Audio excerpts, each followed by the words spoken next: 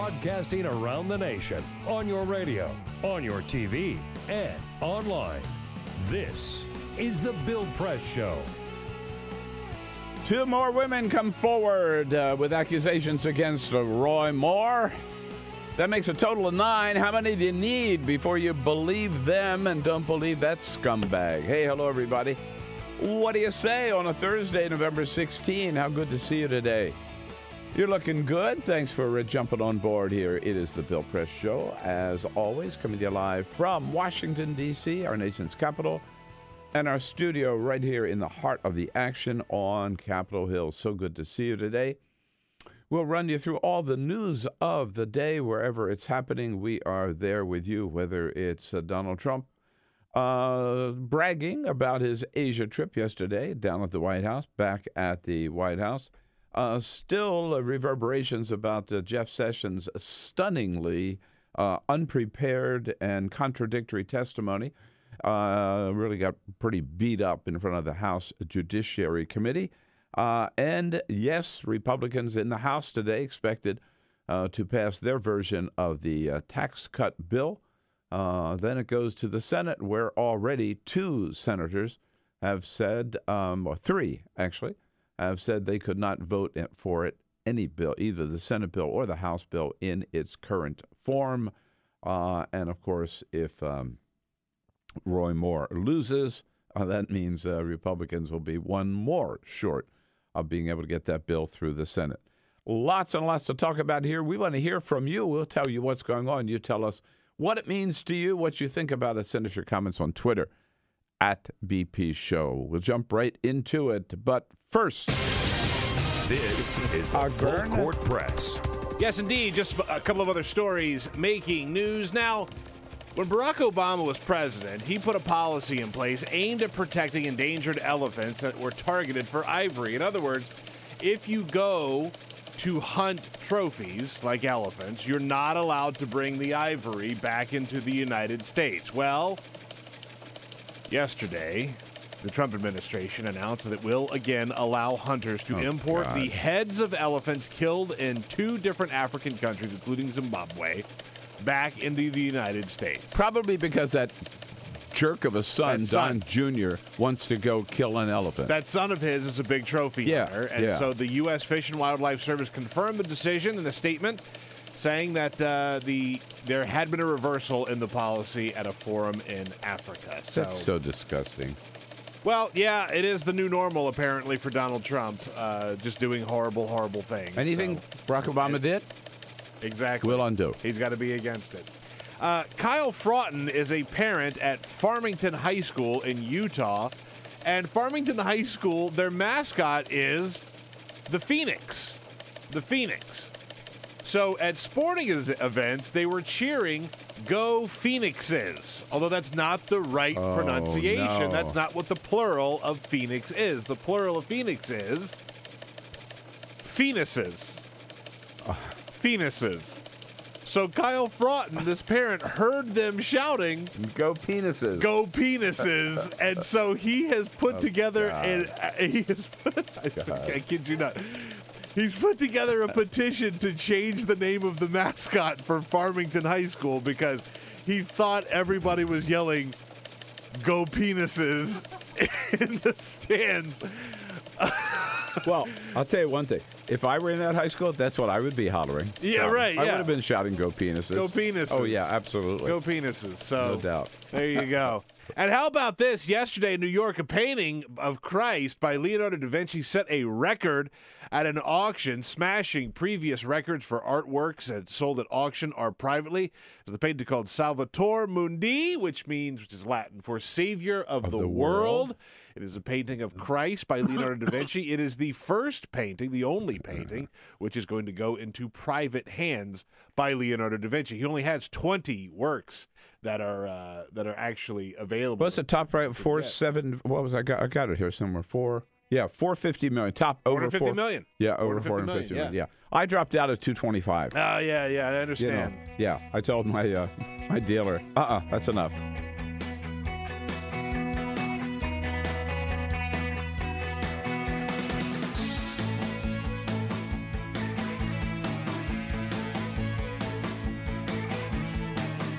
This is the Bill Press Show. Yeah, Donald Trump says I had a spectacular visit to Asia. If you don't believe it, just ask me. Well, ask me after I take this big sip of water here, holding the water bottle with both hands. God, what a joke. Hey, hello, everybody. Yeah, the joke's on us, I'm afraid. What do you say? Thursday, November 16. How about it? Great to see you today. Thank you so much for joining us as we come to you live from Washington, D.C. That's our nation's capital. We're here with you on Capitol Hill to bring you all the news of the day, bring you up to date on everything that's going on, and give you a chance to talk about it, too, as you join us on Twitter at BP Show. Yes, indeed. And, well, I want to start with a couple of, before we jump into the news of the day, a couple of tips. One tip is I want you to set your calendar, take it from me, set your calendar for January 12th. You know, we all got the little smartphones, whatever, on your computer, or maybe you still have an old-fashioned pen and ink calendar. Mark down January 12th, special day, PBS, the special program for the Gershwin Awards of 2017. I went to the program last night, the taping of the program, with Tony Bennett as the winner this year. It's an incredible program. You will love the program. The music is just great. They sing all the Gershwin songs and all the Tony Bennett hits of his 91 years. 91 years old. He sang 3 songs yesterday to end the program, and they just brought the house down. Stevie Wonder's there, and a lot of other. Lucas Nelson, Willie's son, whom I never heard before, just absolutely great. Gloria Estefan, great cast. So January 12th, the Gershwin Awards. Be sure to make it. And here's one for you. This is just another little tip. And my tip is we might as well give up, okay? I just want you to know, just give up. Peter, you know, we do everything we can, like put screens on the windows, you know. We put sometimes those little, down the south we used to have those. I'm sure you did too. Those for flies, those fly paper things. Oh, fly paper, yeah, sure. You hang from this, you know, ceiling, the whole thing. Well, give up. Okay. So I read in the New York Times yesterday, do you realize that for every person on Earth, there are 17 million flies? That can't be right. Scientists, really? For every person on Earth, 17 million flies. That sounds like a plague. Doesn't it? Says That's horrifying. They pollinate plants, consume decomposing bodies, eat the sludge in your drain pipes, damage crops, spread disease, kill spiders, and hunt dragonflies, and bother the hell out of us. 17 million flies. I don't like that. All I'm saying is that's a battle we're never going to win. We might as well just accept it. The flies rule and give up. Yeah. Well, I'll tell you who's not ruling these days, who's not doing so well these days. It is getting worse and worse for Roy Moore. Yes, indeed. And more bizarre. So 2 other women came forward yesterday. That makes now a total of 9 who have come forward. In fact, in the New York Times, it is 4 more women. A total of 4 on top of the 5 who originally. There were originally 4 in the Washington Post. This other woman came out with attorney Gloria Allred, and now 4 more, a total of 9 women who have said that when they were teenagers, maybe some even as old as 18, which is still a teenager, but legal age in Alabama, Roy Moore pursued them, in some cases actually sexually assaulted them, bugged them. The stories are just creepy. We would hang out at the Gadsden Mall every evening just trying to pick up young women to the extent that he was banned from the local shopping mall. The one latest story is a girl said that he met her somewhere, asked her where she went to school, asked her out. She didn't want to go, asked her where she went to school. She told him. The next day she's in trigonometry class. and the principal comes and says, or somebody from the office comes and says, you've got a phone call. She goes to the office, and it's Roy Moore calling her at her high school to ask her out again. I mean, how sick can you get? Getting to the point where even some of Roy Moore's defenders are starting to run for the exit. Sean Hannity, famous, who, of course, everybody that's accused of anything really, really sick, Sean Hannity's the first to defend them, as long as they're Trumpers, right? But in this case, Sean Hannity said, I'm starting to have second thoughts. We'll give him 24 hours. I'll give Roy Moore 24 hours to produce the evidence to prove that these women are liars. Of course, Roy Moore hasn't produced any evidence, and Sean Hannity has left it at that. Even Rush Limbaugh said, it looks like nobody's believing the creep anymore. And the Drudge report with a headline yesterday, Judge Whore, throwing him for sure on the bus. I think the only person left on the national level defending him is Steve Bannon. And this could be the end of the Steve Bannon effort to take on establishment Republicans and unseat Mitch McConnell. Not that we have any love for Mitch McConnell, but Steve Bannon going way Breitbart going way out on the limb for Roy Moore. They're just about the only ones left. And yesterday, to show you how kind of desperate they are, Roy Moore sends his attorney out on MSNBC to talk yesterday morning to Ali Velshi and Stephanie Ruhle. And he's done a little homework ahead of time, looking into Ali Velshi's background, and he tries to use Ali's background, who's born in Kenya, raised in Canada, using Ali's background to point out that, of course, we should understand Roy Moore. What a bizarre exchange. Culturally speaking, obviously there's differences. Looked up Ali's background there. Wow, that's awesome that you have got such a diverse background. It's really cool to read through that. But point is this: what does Ali's background have to do with dating a 14-year-old? I'm not finished with the context of it. Well, please answer. What does Ali Velshi's background have to do with dating children, 14-year-old girls? Sure. In other countries, there's arrangement through parents for what we would refer to as consensual marriage. So Ali's from Canada. I understand that. And Ali's also spent time in other countries, of which I've gone to. So it's not a bad thing. I don't know where you're going with this, Trent. I don't know where you're going with this. I don't know where you're going with this either, man. The best part of that, by the way, is when he. I'm not finished with the context of it. Well, I need to put those comments in context. In context, yeah. Unbelievable. God, what an idiot. At any rate, so the options, of course, for Republicans. By the way.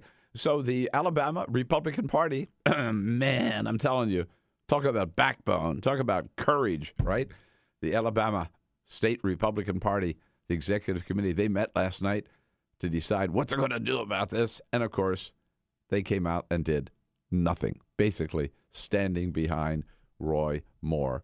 While it's hard to find anybody in Washington, even in the Republican Party, who would defend Roy Moore these days. And the National Republican Senate Campaign Committee, which was supporting Moore, which had people on the field and was pumping money into Alabama, they've stopped sending any money, not going to send any more money. They pulled their field people out, those who were helping Roy Moore doing groundwork down there, get out the vote work. They pulled their field people out, and they released a poll yesterday. So this is the Republican Senate Campaign Committee that did a poll right after the first 5 women came out and accused Roy Moore of sexual abuse and sexual molestation when they were teenagers. And the Republican Senate Campaign Committee released the results of that poll yesterday, which showed Democrat Doug Jones beating Roy Moore by 12 points, 51 to 39. Again, I repeat, this poll was released by the Republican Senate Campaign Committee. That's one way of distancing themselves from Roy Moore. So Republicans really left with a mess. I mean, again, the only 2 options are, 3. Let the election go along the way it is and Doug Jones probably, well, it looks more likely will win, or stage a write-in campaign to try, meaning they probably delay the election as well, a write-in campaign for whom? But for whom? Luther Strange? They already rejected him once. Jeff Sessions? I think it'd be even hard for him to win now at this point in a write-in campaign. The hard part with the write-in situation is no matter who you get, right? Like, I think maybe Jeff Sessions is the only person who could win a write-in campaign in Alabama. Mm-hmm. But like you said, even now it's getting awfully late for that to happen. But no matter who they pick, they're going to take votes away from Roy Moore. So any write-in candidate at this point will essentially guarantee Doug Jones wins. Yeah, which is why I like the idea of a write-in campaign. Right. And let me tell you something. Having run a write-in campaign at one time in Oregon for when Jerry Brown was running for president and was not on the ballot, there's a problem with the write-in campaign is you have to spell the name correctly. Now, we're talking Alabama. I'm sorry, Peter. It was bad enough in Oregon. But you're talking Alabama here. So it's harder, easier said than done. Well, down in Alabama, the name Roy has like 4 syllables in it. Roy. There you go. Right. And the other thing, so then their other option is, all right, let it go. And if he is elected, just reject him and throw him out of the Senate. Which I think they could do, but that still would be an awful, awful mess. The last thing they want, and they'll never accept, is seating Roy Moore and then going into the 2018 midterm elections, having to explain to voters across the country why they allowed this pervert to sit in their midst. Now it gets to the question of who could stop Roy Moore, who could clean this whole thing up. There's only one person, really, and I'm not even sure he could do it. There's only one person, and that's Donald Trump, who, of course, was in Asia when this whole thing broke. And when asked about it, he said, no, I'll deal with that when I get home. Okay, it's been home a little over 24 hours, 36 hours. No, not a word out of Donald Trump. Maybe, he was asked about it yesterday, and he just ran from it. Yeah. As he was finishing up his remarks about his Asian trip. Sure. He just turned around and walked away. Threw a question to him, but he hasn't talked about it yet, hasn't done anything. I mean, there are some – it would be tough, again. But he could just, first of all, come out and say, this man is unfit to sit in the Senate. The problem with that is Donald Trump is unfit after the Access Hollywood tape to sit where he is in the Oval Office. So, yes, he should act, but I don't think he will because that's just going to open up all the story of his own misdeeds, his own sexual assault, which he bragged about. And remember that Gloria Allred, the attorney representing one of these women, is also representing a woman who is suing Donald Trump. So the one person who could fix it all probably can't because of his own sordid past. And we'll see if he says anything. I think he'll probably just try to run it out, ride it out, not say anything at all, and say, that's up to the people of Alabama. Yeah, we talked about this a little bit yesterday. There was a story that said Donald Trump faces a big question about Roy Moore. Like, no, he doesn't. No, he doesn't want to deal with this. He's not going to deal with this. He doesn't He's not going to face this. He's not going to show leadership. He's not going to say the Republican Party is better than this. It's just not going to happen. Now, somebody pointed out that there is a way that they could delay this election. Which would mean that there'd be a better chance for Republicans getting somebody. The governor could do that. And maybe Donald Trump could lean on the governor to do that. But does Donald Trump really care? No. No is the answer. He doesn't care. Yeah. No. That's the real answer. Yeah. Again, yesterday Donald Trump came back from Asia, and when he was there, he promised the day he got back he was going to have a major announcement from the White House. Is going to be big time. In fact, Jeff Zeleny reported on CNN that aides were telling him they were actually in touch with the networks and they were demanding or asking for prime time to make a prime time address. This is sort of what you do when you announce that you've gone to war, right? Or Barack Obama did this when he announced that the Navy SEALs had tracked down and killed Osama bin Laden. So Donald Trump, the networks didn't give him the time because obviously he didn't have anything to say. Instead, this major announcement was out in the middle. It was a little speech that Donald Trump gave in the middle of the afternoon from the diplomatic room yesterday, where what he wanted to do, he wanted to show the slides of his Asia trip. Pretty much. You know, it's just like, isn't it terrible when your brother or your uncle or somebody comes back from some trip and they have to sit in their living room and watch all the damn slides? Here right? we have 300 pictures from our vacation to Des Moines, Iowa. Yeah. Now, we'll flip through them fast, but we know you want to see them all. And there's me in front of the Chamber of Commerce, right? God, anyhow, that's what it was like. And Donald Trump saying, yeah, we had a fantastic trip. This was the most successful trip of any president in the history of the United States. And if you don't believe it, just ask me. This great respect showed very well our country is further evidence that America's renewed confidence and standing in the world has never been stronger than it is right now. No, we've never been stronger than we are today. He was so eager to tell the story about his whole trip and all his success on the trip that he ran out of gas. I mean, he got so dehydrated, he needed a drink of water. If you haven't seen the video, you've got to watch. Just go put Trump water. And so we'll play the sound here for you, but you got to know. So he looks for the water and he doesn't see it. He says, oh, there's no water. And then somebody points out, no, it's on the other side of the podium, dummy. And then he sees it. So then it's just a bottle of water. And he picks it up, a plastic bottle, unscrews the cap, and then with both hands. It's so weird. Both hands. I've never seen that before. It's like if you told an alien, this is a bottle of water that we humans use to consume, to hydrate ourselves, they would pick it up with both hands and drink. It's so bizarre. Yeah, right. So here's what it sounded like. They don't have water. That's okay. Yeah. Yes, there is water. No, it's okay. No. Oh, there it is. Oh. He says, yeah. He picks it up with both hands. Yeah. And the truth is, the trip was a disaster. I mean, you know, all he did was alienate people, piss off people. All the other Asian nations, all 11 of them who were in the trade deal that the United States put together, they went forward with the trade deal without the United States. He didn't make any success with China, and he managed to insult the Kim Jong-un, again, the leader of North Korea, because Kim Jong-un, somebody in the North Korean government referred to Donald Trump as old. So Donald Trump says, nah, take this now. You're short and fat. Right. Great. Third grader, maybe first grader. No, yeah, just about. Meanwhile, I know you talked about this yesterday. I didn't have a chance. I was up in New York City. But Jeff Sessions, what a disastrous appearance in front of the House Judiciary Committee. You know, think about it. So here's the Attorney General of the United States. He's coming in front for an oversight hearing. And you'd think any other Attorney General would have done his homework or her homework.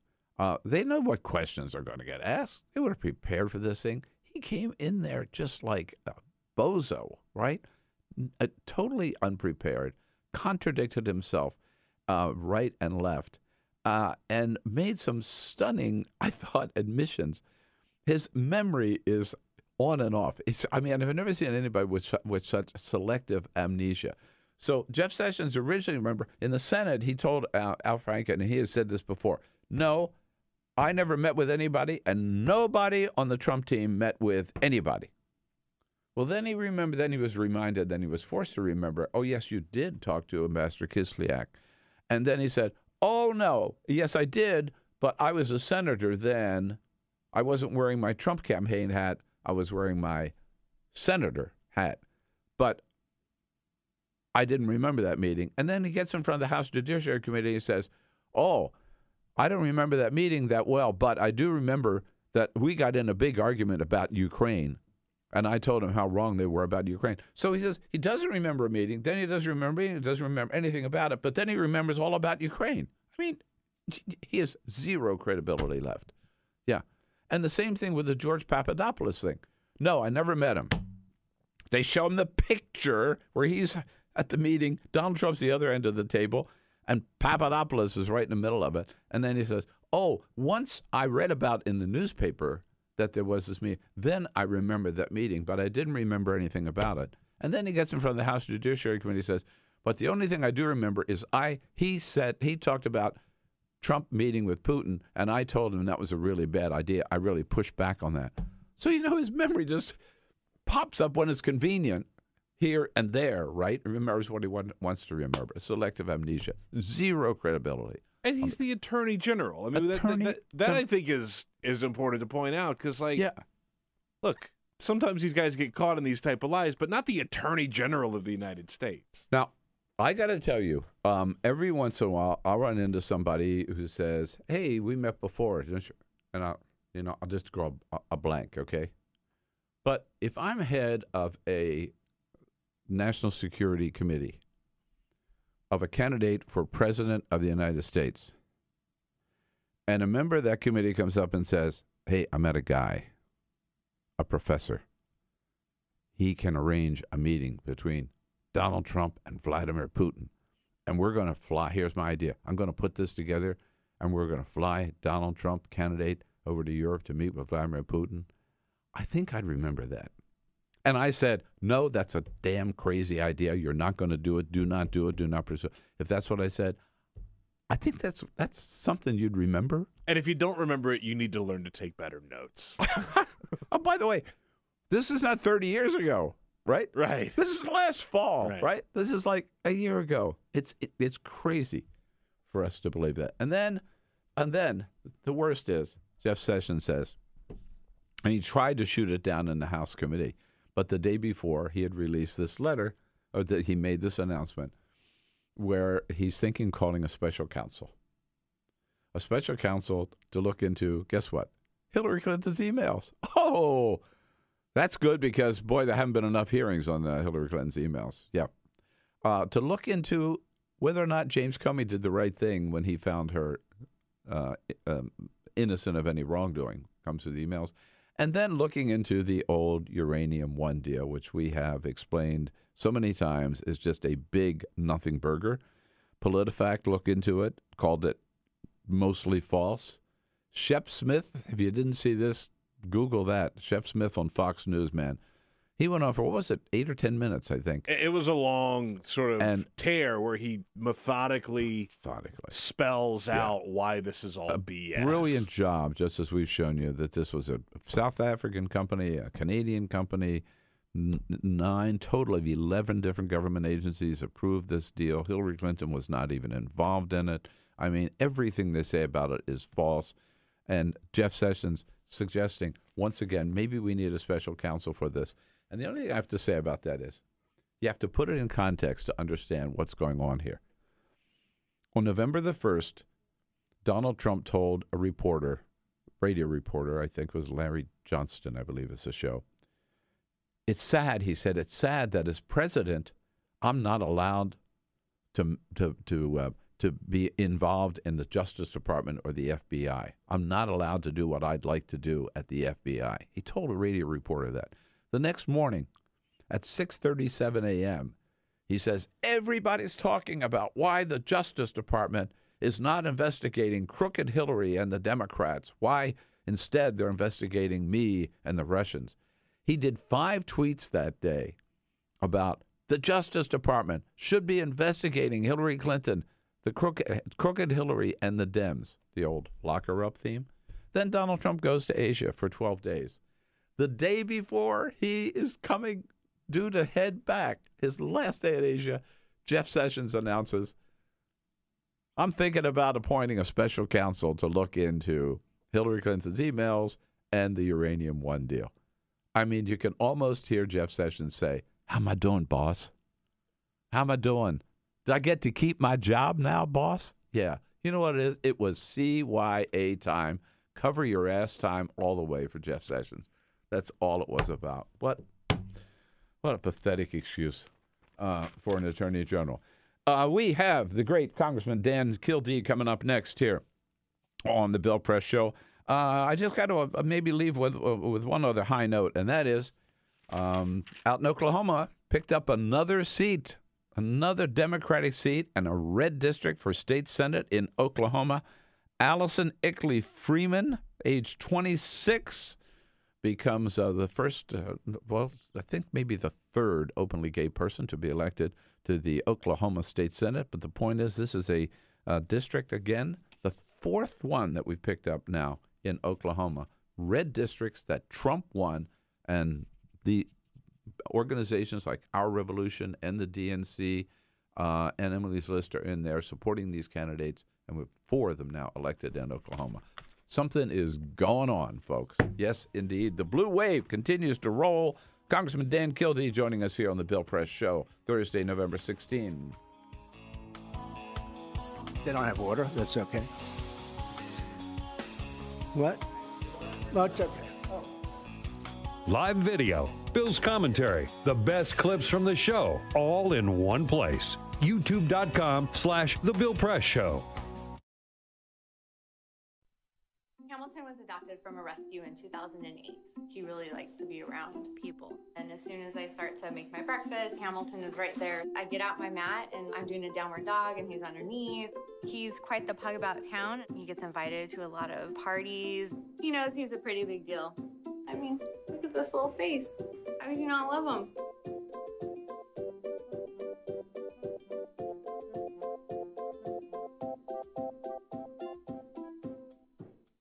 Adventure can be found anywhere, but the best place to start is in the forest. I spy something beginning with S. Snow? No. Snow-covered trees? Nothing to do with snow. Head outside to discover incredible animals and beautiful plants that come together to create an unforgettable adventure. Wow. So grab your loved ones. Don't even. And explore a world of possibilities. Come on, this way. Visit discovertheforest.org to find the closest forest or park to you.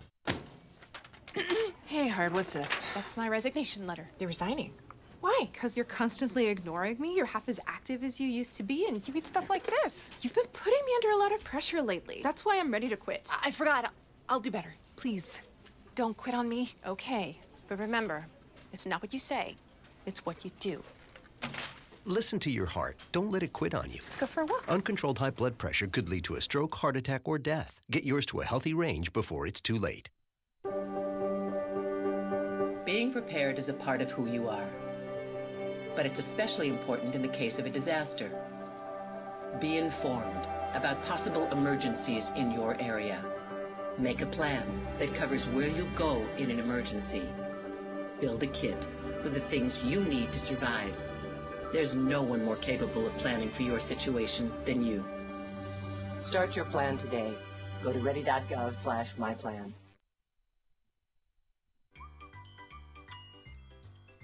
Fancy pants peanut butter? A big screen television? You haven't even bought a sofa yet. A motorcycle? When your father finds out, he's gonna flip his shoes with 2 buckles? What do you even need 2 buckles for? Mr. Big Shot, buying whiskey shots for everybody in the bar. From the looks of it, I'd say nobody even remembers. Feed the pig.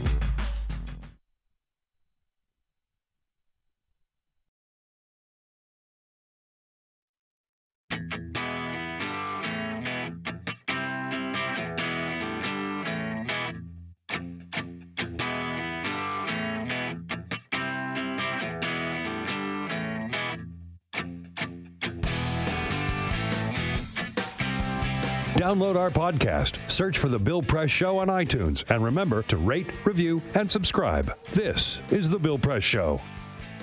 Hey, you bet it is. And here we go on this Thursday, November 16. So good to see you today as we boom out to you from our studio on Capitol Hill in Washington, D.C. Coming with you, there with you, coast to coast on the radio and on television, on YouTube. Of course, youtube.com/The Bill Press Show. So many of you, more and more of you every day, joining us on YouTube and joining our podcast as well. Anytime during the day, you can pick up the entire show or the highlights of the show by going to BillPressShow.com. Also looking at you on Free Speech TV and out in the greater Chicago area. Hello, WCPT. You're looking good today as well. And those of you who are watching and not just listening, you'll notice a beautiful little swatch of purple and green and a little bit of brown in there too, I guess, which is a hand-woven scarf I'm wearing this morning, hand-woven by my wife, Carol Press. They are great. This is rayon chenille. It's the season for a scarf. Can't go out without one, and you'll never get a more beautiful one than Carol Press original scarf. A way to get one yourself or for someone you love is go to our website at BillPressShow.com and get in touch with Carol. Lots of colors, lots of patterns to choose from, and each one a work of art and a work of love. I always love when it gets cold outside because I'm reminded of the actual talent in the Press family. I know it is embarrassing. Here's the real talent in the family. Yeah, right. Yeah, and we are so pleased to welcome back to the studio our good friend from Michigan's 5th District, Congressman Dan Kildee. Thank you. Got to outfit you with a scarf here one of these days. A scarf would go well. In Michigan, you need a scarf. Oh, yeah, right. Starting in about late August. Particularly if you go to the Upper Peninsula of Michigan. Which I just visited. Which you just did. Yes. A little climate change going on there? The climate is changing. The political climate is changing. We had a special election in the Upper Peninsula of Michigan in a state representative district that was won by Donald Trump quite handily. I went up to help out a state rep candidate, a member of the Marquette City Council, Sarah Cambenzi. She won by 9 points. God. Now, I would like to think I had something to do with it. Yeah. But the truth of the matter is there's a movement out there, and there's an anger and a frustration that, we're used to having it directed at us. That's part of the problem. We don't even know how to handle this in some ways. Right. This is serious.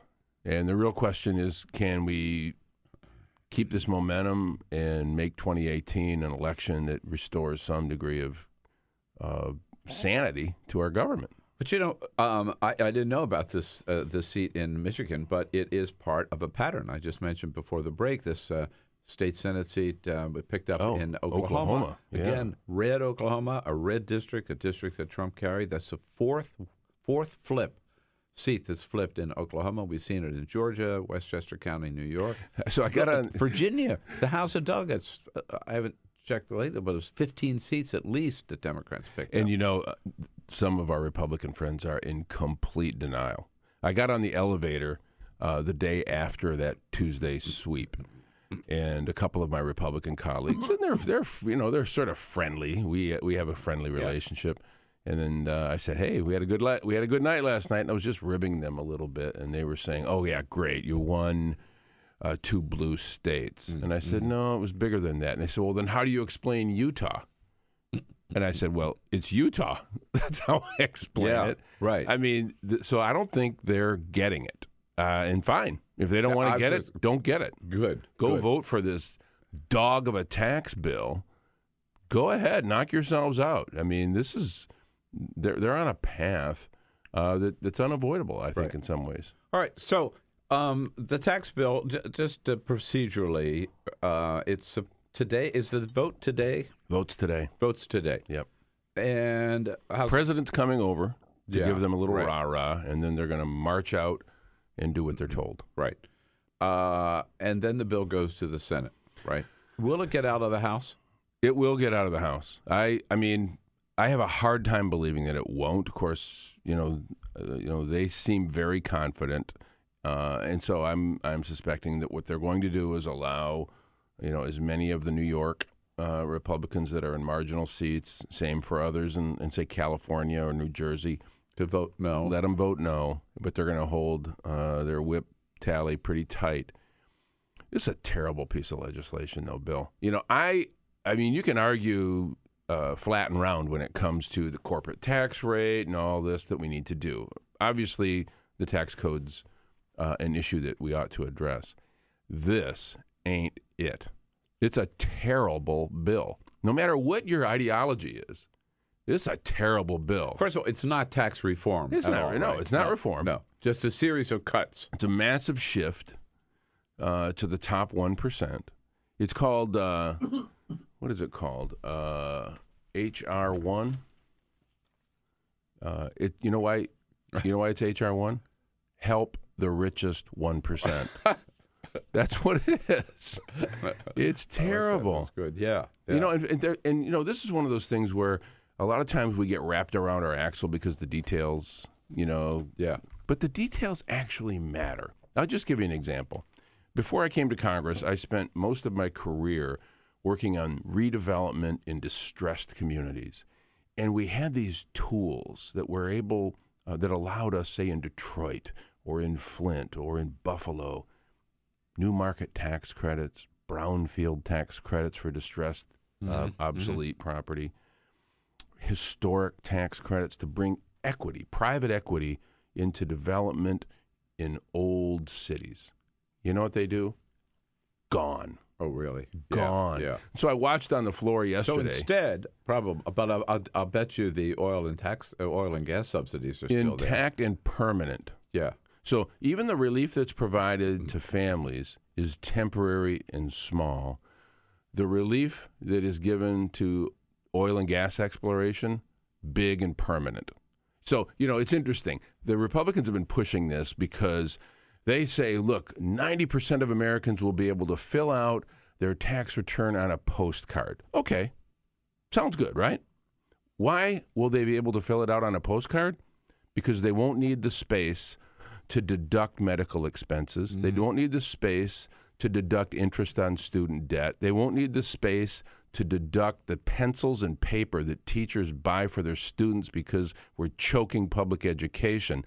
There won't be a need for anything more than a postcard because that tax relief for middle-class Americans is gone. Now, I'll believe the Republicans are serious when they produce a tax bill that has ExxonMobil filing with a postcard. Yeah. When they get to file with a postcard and pay their 20% or whatever the number it is, now we can have a conversation. When they pay any taxes at all, will probably be a step forward. They can't right? do theirs on a postcard because all that tax they're gonna have all those tax loopholes now applied to a 20% rate instead of a 35% rate. Well, so how can they? What is the argument for justifying making the corporate tax permanent? This is Orrin Hatch's new thing, the Senate new thing. I don't know whether it's in the House bill or not, but the senators are saying this is kind of. So the big corporation tax cut, cutting the corporate tax rate, is permanent. Right. But any relief for the middle class expires in 2025. 2023 in the House 2023. Right. Okay. So you get 5 years. Yeah. And they get a lifetime. Because they're depending on the unfortunate reality that people tend to think short term. And they're looking at, well, what do I get right now? What do I get right now? And the truth is, what any middle-class person gets is paltry. Many middle-class families will pay more. The idea that this is actually relief, and they keep using these averages. Right, yeah. Give me a break. The average includes people making up to $200,000. So where do you think the average actually skews towards people at the upper end?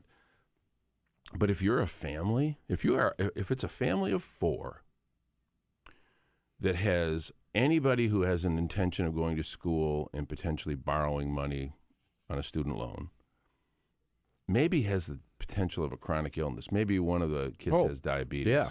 Forget about it. Sure. Fasten your seatbelt. And you know what's really immoral about this is, and last night on the floor I challenged one of the Republicans and didn't get an answer.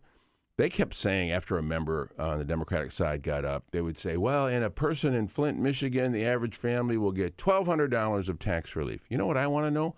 Why don't they mention the $20,000 in new debt that family is going to be handed, $20,000 that is going to be immediately shifted to a person who makes $100 million a year? So the idea that some middle-class families might get relief, they're going to get relief on the credit card, and the credit card bill is going to them. This is a you know, we're trained not to talk about redistribution, because they say that sounds like it's left-leaning. Socialist. No, this is redistribution. This was upward redistribution of wealth.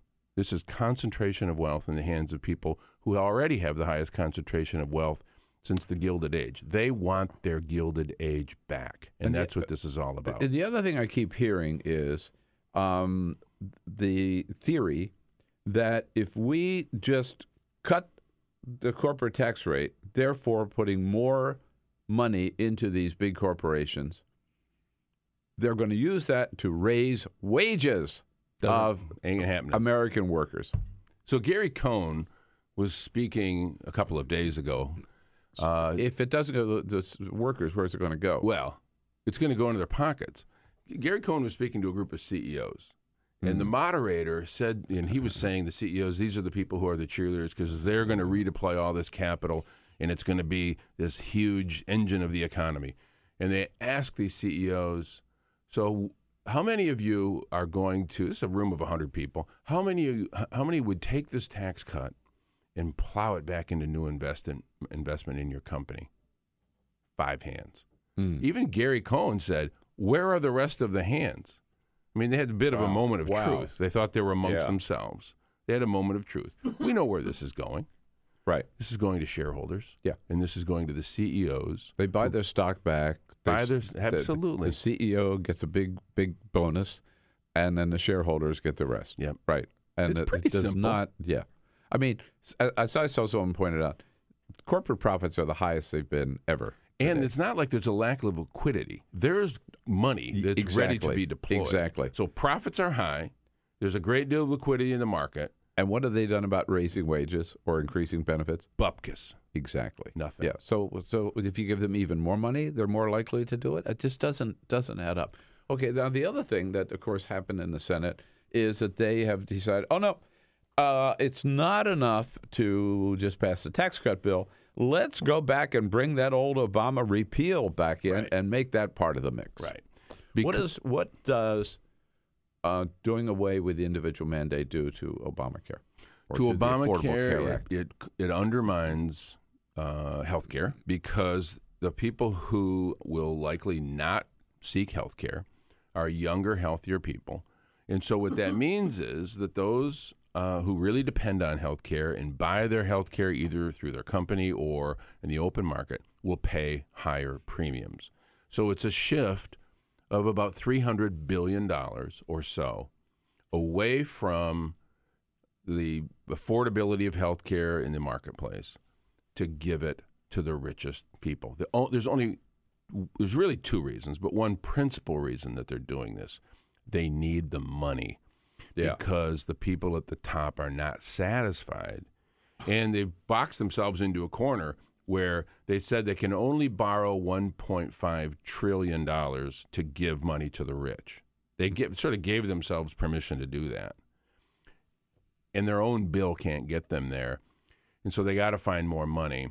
And they found it by saying we're going to eliminate the individual mandate. That will decrease the number of people who are getting premium support. That'll save $300 billion, and we can use that to give 80% of that benefit to the people at the very top of the economy. So that's immoral. Absolutely. So many features of this, I believe, are immoral. So we heard yesterday Senator Ron Johnson from Wisconsin says, I can't vote for the bill, either bill, House or Senate, in its present form, which leaves him an out, of course. Senator Corker from Tennessee said, I'm not a yes, I'm not a no. Right. Susan Collins said, there are parts of this bill I think are good. There are other parts that I think are really bad.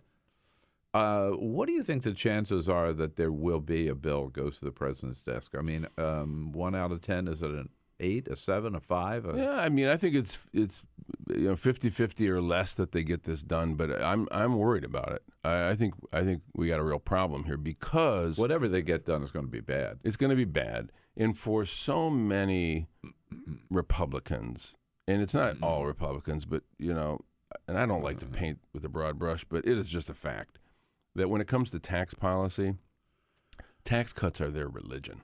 This is not ideology. This is religion. And actually, they view it differently than many of us do. I look at tax policy as a necessary tool in order to fund the essential elements of a civil, decent society. They look at tax policy as a question of how much money they can make sure they keep, and they keep in the hands of the people who are already enormously wealthy. So tax policy for them is the end goal in itself. For us, we think more of it as a necessary tool to provide the elements of a civil society. They don't think of it that way. Now, I remember the phrase, I forget who coined it, that taxes are how we pay for civilization. Yeah. I mean, if you think about it, right, our roads, our water systems, sewer systems, security systems, right, across the board. And if right? you ask them, if you fire departments, police departments, if they thought they could get away with taking the corporate rate to 0, they would do it. They would do it. They don't care about that stuff. They don't care. I mean, not everyone, but the folks who are driving this bus, they don't believe in this social contract that we entered into a couple centuries ago. When you think about it, even the idea that their argument for the individual mandate, that helps us stay within this 1.5 trillion. These are the guys who have made a career of bragging about how fiscally responsible they are. It's balanced budget amendment. Remember that whole hypocrisy. thing? And now they've rigged it so that they can get away with adding $1.5 trillion to the debt and get a pass on it. When Reagan's president, they write hot checks to make tax cuts and blow up the economy. When Clinton's president, we have to have a balanced budget amendment. Mm-hmm. When Bush is president, we'll borrow $7 trillion to go to war that the American people don't want to support, no questions asked. When Obama's president, balanced budget amendment. And now Trump, he with hands so small that it takes 2 of them to hold a bottle of water. By the way, wasn't that the weirdest thing? The weirdest thing. Listen, when you have to take lessons from Marco Rubio about how to grab a drink of water, you're a klutz. That's okay. Marco was able to handle that bottle with one hand. I know he did. Someone put out a photo yesterday, a former Obama staffer, Barack Obama, drinking what looked to be like a Mai Tai or some sort of situation when he was on vacation in Hawaii out of a giant coconut with one hand. Just saying. And it's so hard. And I do try to resist the temptation to take a shot like that once in a while, but I can't resist sometimes. I know. You just gotta let it go. I got to get it out of my system. This is a good place to do it. It's a safe place. It is, because we take cheap shots all the time. Yeah, you're among good people here. Yeah.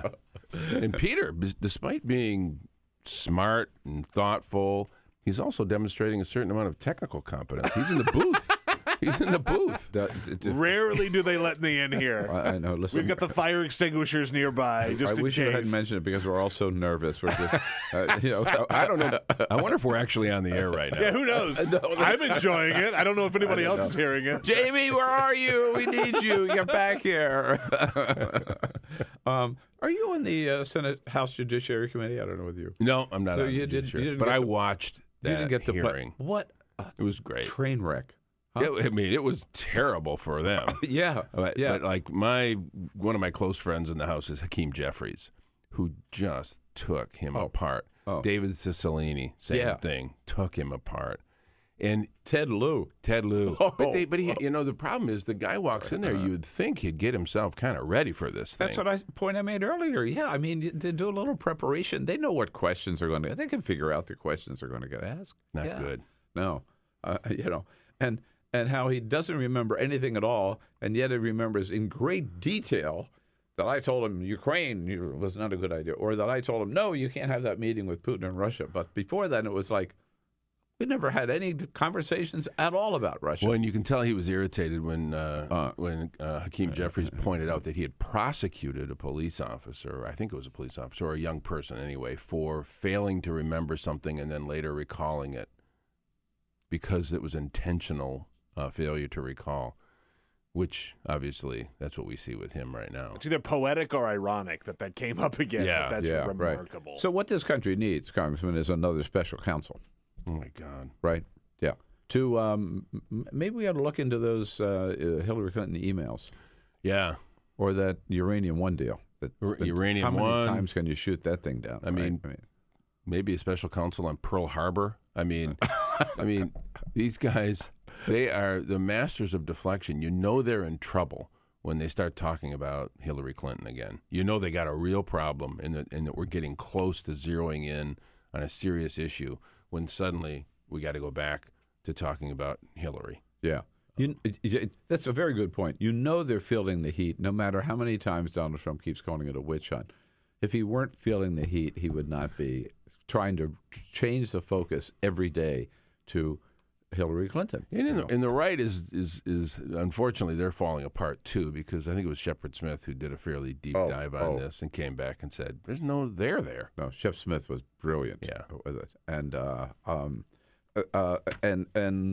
but there are enough people out there like what's it, Jim Jordan. Jim Jordan. Oh yeah, Jim Jordan. Yeah. This is their whole. It's all they believe in. On the Democratic side, there was a little action yesterday. Your colleague Steve Cohen from Tennessee introduced. We've talked about this a little before, but it became more real yesterday. Articles of impeachment.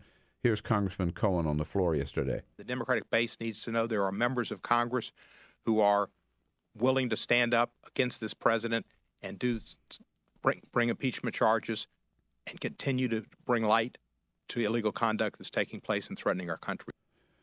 Is this the time? Do we know enough to proceed with impeachment charges? The take that I'm sticking with is that I have great confidence in Mr. Mueller and his investigation, and we are going to learn a lot. I think it's important that we keep open every option, but that we not get ahead of ourselves, because I think the possibility is that if the moment does occur where we actually have facts in front of us that would justify this, to have it cast as just a purely political initiative, I think is a potential mistake. Look, this guy's unfit for office. I don't have any doubt about that. There's something dramatically wrong with him, but I want to follow precedent and follow the law and be more cautious about this and do it if it comes to this. And I really want to not prejudge it. We got to do this right.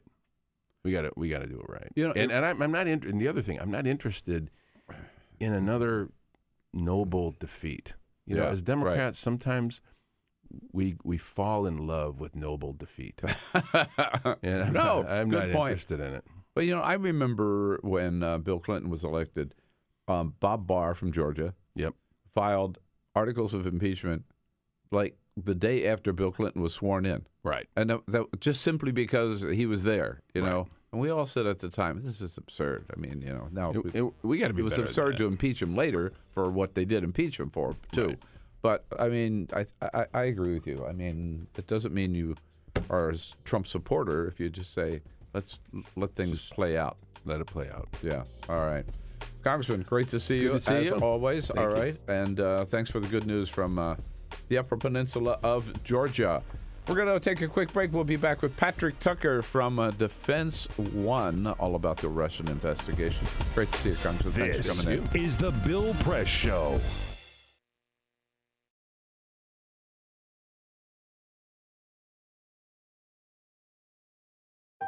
I wanted to find a bank with a purpose. I wanted to find a place that would take my money and not use it to cause the financial crisis, but to fix the financial crisis and to help end income inequality. The people that we employ are usually clients right off the streets. They don't have an account, but Amalgamated is willing to get that started for them. Their reputation supporting the working man, I think, speaks for itself. This is a bank that cares for their customers, and I appreciate that. We were able to access a construction loan through the bank's programs, and that loan has helped us house 28 families in the community. Amalgamated is a bank that was started for and about working people. Many of our customers have a deep commitment to advocating for social and economic justice. We share that commitment, and we're not afraid to stand up and say that we need to change some of the way that the country does business.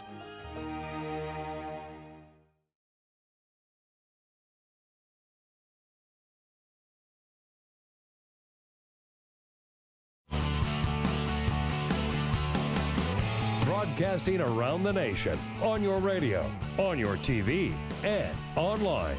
This is The Bill Press Show. Here we go. Hour number 2, The Bill Press Show, Thursday, November 16. Hello, everybody. Great to see you today. And thanks for being part of the program, whether you're listening or watching. We got a lot to tell you about, lots of news happening here in Washington, around the country, around the globe. We'll bring you up to date. And we have now 4 more, according to the New York Times, 4 more women have come forward with charges against of sexual abuse against Roy Moore. That makes a total of 9. How many? How many have to speak out before Donald Trump speaks out and takes a stand and maybe suggests that Roy Moore is not best for the Republican Party? So far, nothing but silence from the sexual predator in the White House. Again, you know how to do it. If you want to comment on any of the news of the day, send us your comments on Twitter at BP Show. We'll take a look at the latest on Roy Moore. Also, the latest fallout from Jeff Sessions' testimony in front of the House Judiciary Committee, and what's happening with Donald Trump Jr. and WikiLeaks and the whole Russian investigation. Patrick Tucker covers that stuff for Defense One, joins us in studio. Hey, Patrick, good to see you. Hey, good to see you, too. Thanks for coming in. Yeah.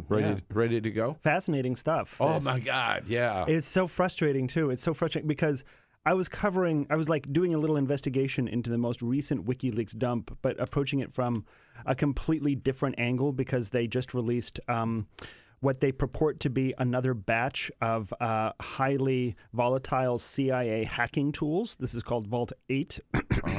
A lot of members of the cybersecurity community are kind of concerned about them. The CIA, of course, can't confirm or deny that they are legitimate hacking tools.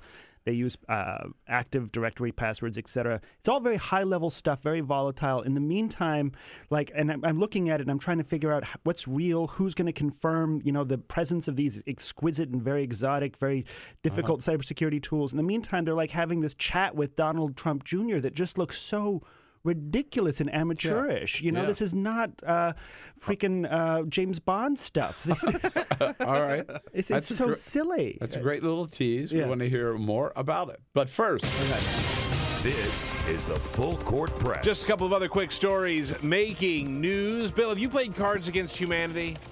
You ever heard of this game? No, I haven't, but right. I know the company. All right, well, they have a card game that a lot of grown-ups play because it can be a little raunchy for kids, but it's an irreverent card game that a lot of people have fun with. Well, they are known for their holiday promotions, and one of their holiday promotions this year is that you could contribute to buy a piece of land on the Mexico-United States border, and the sole purpose is to block President Trump from building his wall. They were offering $15 gift package purchases for this endeavor, and they have bought this property. They have bought this piece of land, and they said that the name of this is Cards Against Humanity Saves America, and they're going to try and actually stop it. The company put on their website, quote, Donald Trump is a preposterous golem who is afraid of Mexicans. But he is so afraid that he wants to build a $20 billion wall that everybody knows will accomplish nothing.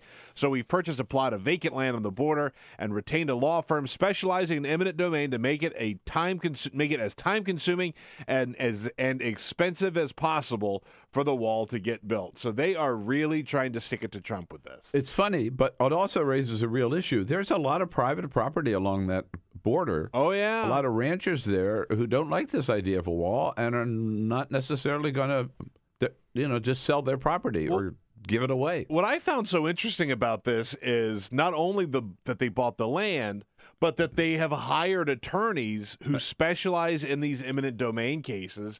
And they're just saying, look, maybe it doesn't work out in the end, but we're going to make it as difficult and as much of a pain in the ass as possible for Donald Trump to make this happen. We also learned from Colin O'Mara from the National Wildlife Federation the other day about all the valuable wetlands that are there, too, which create another whole problem. This wall will never be built.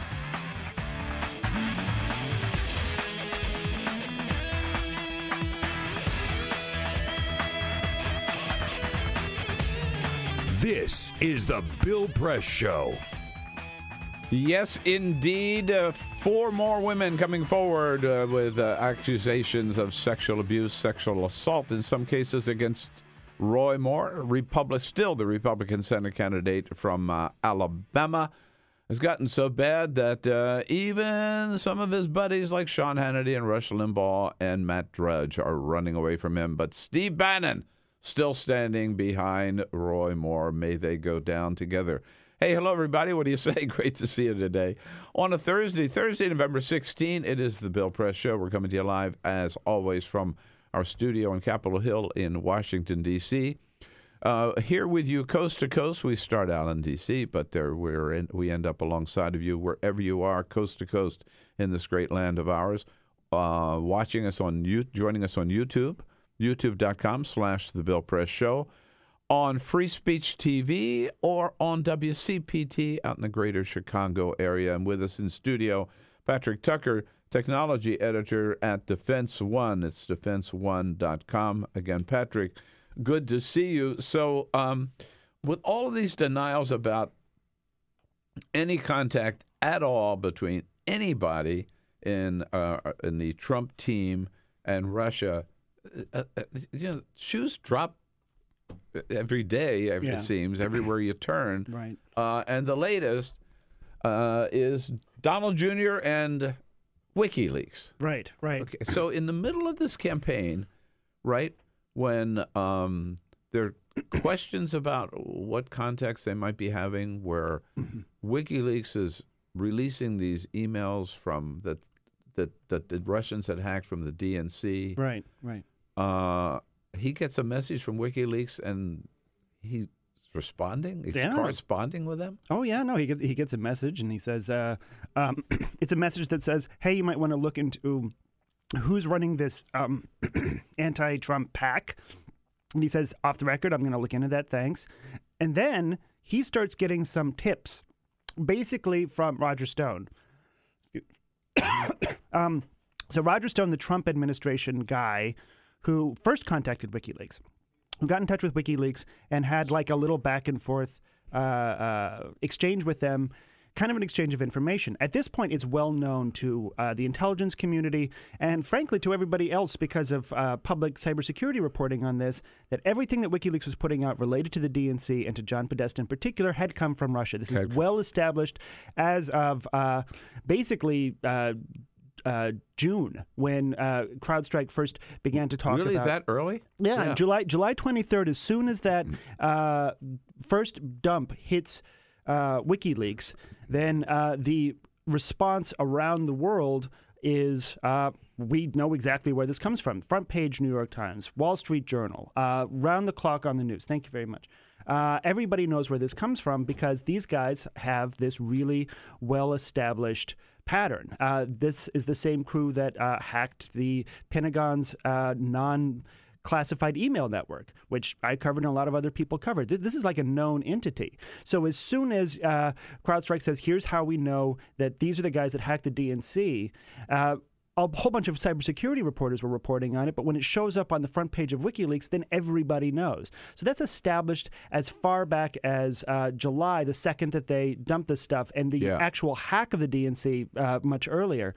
So there's no plausible deniability here that he could have not known that was the case, especially since the intelligence community came out in October and said, what everybody had already been reporting, this comes from Russia. So, to continue with that exchange after that fact and say, hey, what's this about this new leak that's coming out on Wednesday, which is a fascinating thing that Donald Trump Jr. tweets to WikiLeaks in the beginning of October and then gets a response from WikiLeaks on October 12th. Not quite a response to that question, but basically saying the same thing. hey, here's some information that is going to help your campaign, tweet it out. Yeah. 15 minutes later, it comes out of Donald Trump's Twitter. This is sort of not incredible. Donald Trump Jr., but Donald Trump Sr. Daddy. Yes, exactly. It comes from so clearly the he megaphone. takes this to his father and says, I just got this. This is really hot. You got to tweet it out. And his father does. Right. So is Donald Trump Jr. just dumb? I can answer that. I can answer that. The answer is yes. This is... Or naive. Or, I'm trying to... What? Well, far be it from me to speculate as to the mental acuity of the son of the President of the United States. But I tell you what this does show is an incredible willingness to collude. And it doesn't show, here's the thing though, because now we're going to have to talk about what does this mean in terms of proving collusion? And it's, as we all know, it's such a huge concept, so slippery, and filing a charge against someone, making a legal reality, requires a certain precision of terms. So is this collusion is the big question. And at this point, it's sort of, it's very hard to say that this is a act of collusion that would be legally significant or relevant in any way. But the only reason it's not is because the thing that WikiLeaks gave Donald Trump, it was a page that they had already published.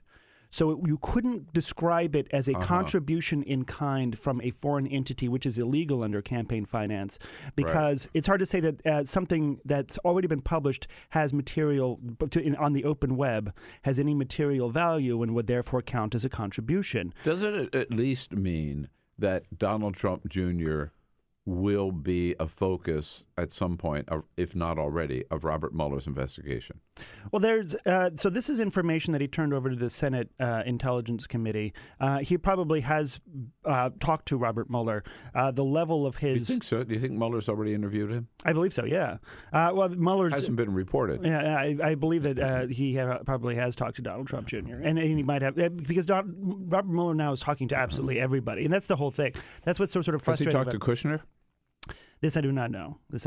And I only have sort of third hand that he's talked to Donald Trump Jr., but I don't have anything from that to report because he's talking to absolutely everybody. It's this incredibly expansive investigation where you talk to everybody.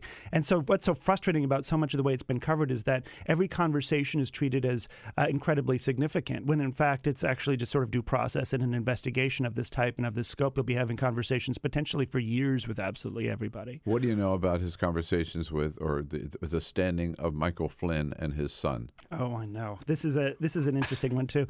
So, so the Wall Street Journal a couple weeks ago said that they had the goods on both of them, maybe more on the son than on the father. Yeah. And then some people said that had been leaked by Mueller. There have been very few leaks from the Mueller. The Muellers aren't leaking. The George Papadopoulos thing, I'm still stunned that they were able to keep that a secret in this town as long as they did. It is an airport pickup where he gets scooped up out of the airport when he lands, and they don't... Yeah, they pick him up and they have a hearing where he pleads guilty, and none of us knew about it. It's unheard of. Can you imagine if you were like a low-level celebrity in L.A.? Like TMZ would be all over the airport, be like, "What just happened?" Like somehow, like we just got to catch up, guys. It would not have escaped TMZ. I know. Right. So people, the speculation was that this had been leaked, the Michael Flynn stuff, by the Mueller campaign to put pressure on Flynn to cooperate. Right. Well, what's your take? So I've been following the Flynn stuff for a long time.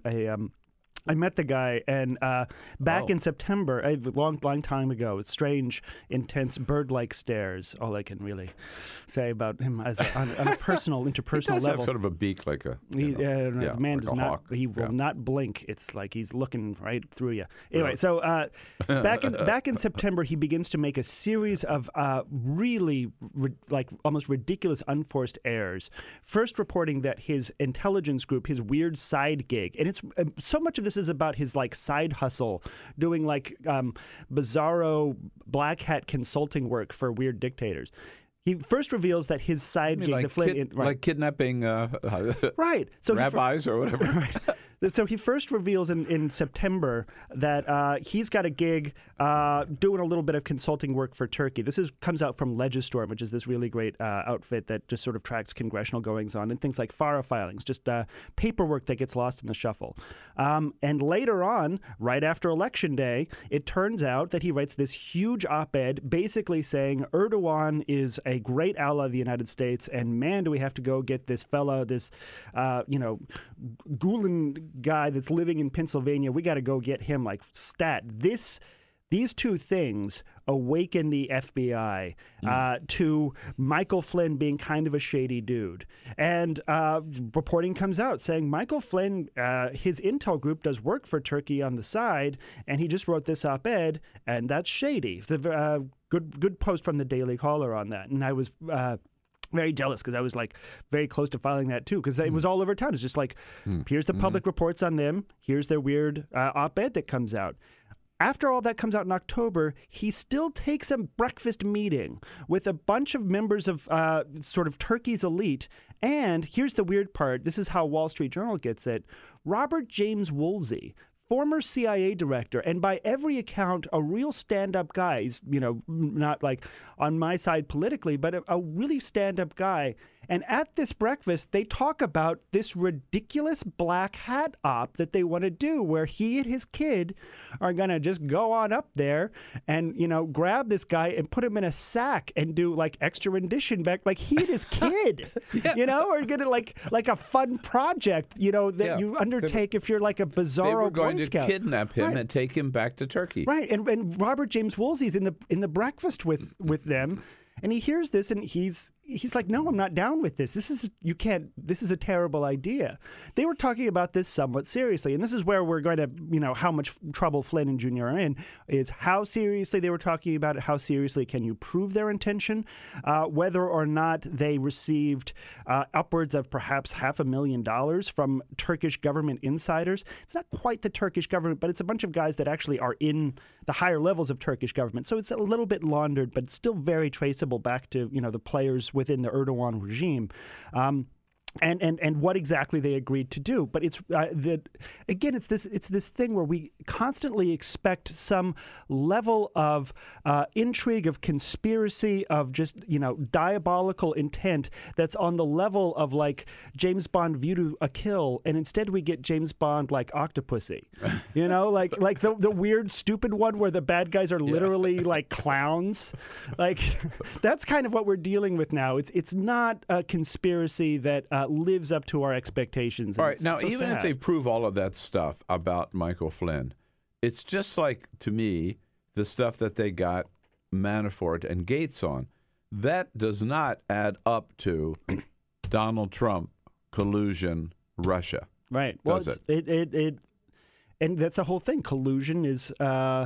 We have a understanding of it in popular culture in terms of something that's going to be legally significant and relevant. The terms have to be precise, and you have to have taken contributions. You have to have made a promise, et cetera, et cetera. So there's also this question of Flynn having this conversation with Sergei Kislyak about a quid pro quo involving sanctions that the Obama administration put on the Russians in December. And as soon as they're announced, Flynn has a series of urgent Trump Tower calls with Sergei Kislyak. And the reporting suggests that he basically walked all that back. He said, don't worry, once we get in there, we're going to walk all this back. That can be, that's something that might be legally significant. Is, but I'm saying the kidnapping of this cleric or whatever, this guy that Erdogan's avowed enemy. Right. So that again gets back to gets me to Jeff Sessions, who also has a selective memory or selective amnesia when it comes to meetings with Russians. At first there weren't any. Then there were any he was involved in, and then all of that changes, and then there are meetings, but he didn't remember them. Then he does remember them when he reads about them in the newspaper. I know. But he doesn't remember anything, and then he does remember telling Papadopoulos, no, you can't set up a meeting with... Don't you think... we all forget things, right? Yeah. I can forget where I left my glasses. I do twice a day, but... if somebody came to you, you're the head of the national security team for a candidate running for president of the United States, by this time who's the nominee, and says, I want Donald Trump to fly to Europe. I'm setting this meeting up to meet with Vladimir Putin, and you say, no, that's a dumb idea. You can't do that. Mm-hmm. Isn't that something you'd remember? Apparently not if you're Jeff Sessions. I'm not sure. He's got this like Benjamin Button memory. Like the more you remind him of stuff, he's like, oh, that's right. I did have a conversation with that staffer that one time who said that he wanted Donald Trump to fly to. That's right. Oh, I totally like spaced that out. Like what else was he looking at? You sort of wonder. So clearly this is all not quite the truth. When he says that he can't remember things, he's thinking in terms of what can be. My take on it is, he's thinking in terms of what can be actually proven and using forgetfulness as a very malleable defense, because you can never prove that someone isn't forgetting something. He always says, to the best of my recollection, or right. something. He throws that phrase out there, right? So I think that like what's important about this is, in many ways, is that it sort of also reveals a lot about Jeff Sessions as a person who is someone who's really squishy with truth and with accountability. And that's, I don't know, on a personal level, that's not something I'm comfortable with in, United States Attorney General. Because it's bad enough with anybody. With the Attorney General of the United States, right? You sort of expect a little more. Right, exactly. And this suggests someone that is very easy to bend to pressure depending on where it comes from. And it's not what it reveals about character, I think, is at this point sort of what's most significant. But it also shows that you have perhaps some perjury, legitimate like questions about perjury that can be pursued. We don't know the outcome of that, but if you wanted to make a series of cases of, well, here you are perjuring yourself, then that's something that you could possibly do, because he can't invoke forgetfulness all the time consistently in a way that shields him from various inaccuracies that he's basically testified. Mm-hmm. That seems like he should know better. Yesterday, Patrick Tucker is with us with defense1.com. So yesterday, President Obama, President Trump came out and said, I had such a great trip to Asia. It was the most spectacularly successful foreign trip of any president in history. It was amazing. What he didn't mention is the highlight of the Asian trip, as far as I'm concerned, is that he and Putin had a little talk, and Putin says, no, we didn't interfere in your election at all. And Donald Trump said, hey, he seems sincere. I believe him. Yeah. Right. Oh, well, and that's another issue too. Yeah. Not only so, first the next day after he gets uniformly sort of screamed at, and the CIA, Mike Pompeo, who is an established political ally of Donald Trump, has to come out and say, our intelligence assessment is in line with every other intelligence assessment, which is that there was very clear Kremlin-led meddling in the 2016 election. Donald Trump made this sort of half-hearted walk back and said, it was just sort of unreported, but because he's not earnest about it. But he has this half-hearted walk back and says, I'm with our intelligence agencies. When he says this as presently constituted. As presently constituted, that's right. Meaning with the stooges that I put in charge. That's right, exactly. So the question I want to ask, though, is, to this point, to my knowledge, and you report on this every day, to this point, to my knowledge, Donald Trump has not condemned Russia for meddling in the 2016 presidential election, even though the evidence is overwhelming that they did. Isn't that correct? That is absolutely correct. And you know what else is... that is stunning to me. I don't care who won or who lost. Yeah. I mean, stunning. Yeah. Right? And it's also something that I do care who won and who lost, but you know what I mean. And it's a point of incredible frustration for U.S. intelligence leaders. Admiral Mike Rogers, the head of the NSA, Jay Clapper. Dan Coates hasn't been quite as vocal about it in testimony, but there was a moment where Admiral Rogers and James Clapper, without invoking Trump's name, because that would be very politically uncomfortable for them, but in public testimony, basically, they're asked, how important is it that we condemn Russian meddling activity? And they both say, a former intelligence director and a current sitting intelligence director under Mike Rogers, they both say it is so vital, it is so important that you call this out, that you condemn it, that you say that you decrease the effectiveness of that entire operation. And the way you really decrease it is you say it as soon as it's happened. Yeah. And that way you delegitimize the value of stolen or purloined or exfiltrated data. It's so important to call it out. And they can't say it's so important for the president to call it out, but that's what they mean. That's where this actually happens. And the other consensus among the intelligence community is this will continue. This will absolutely continue. Look to the elections in Mexico. Certainly look to 2018.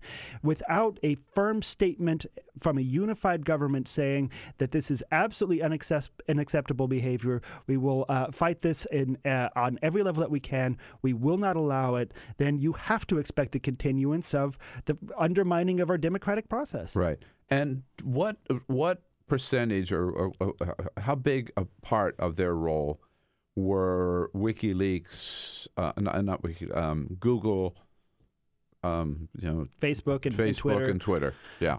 Well, they don't want to. This is something that's also a point of great tension within them. You have to think about all the way these companies were created.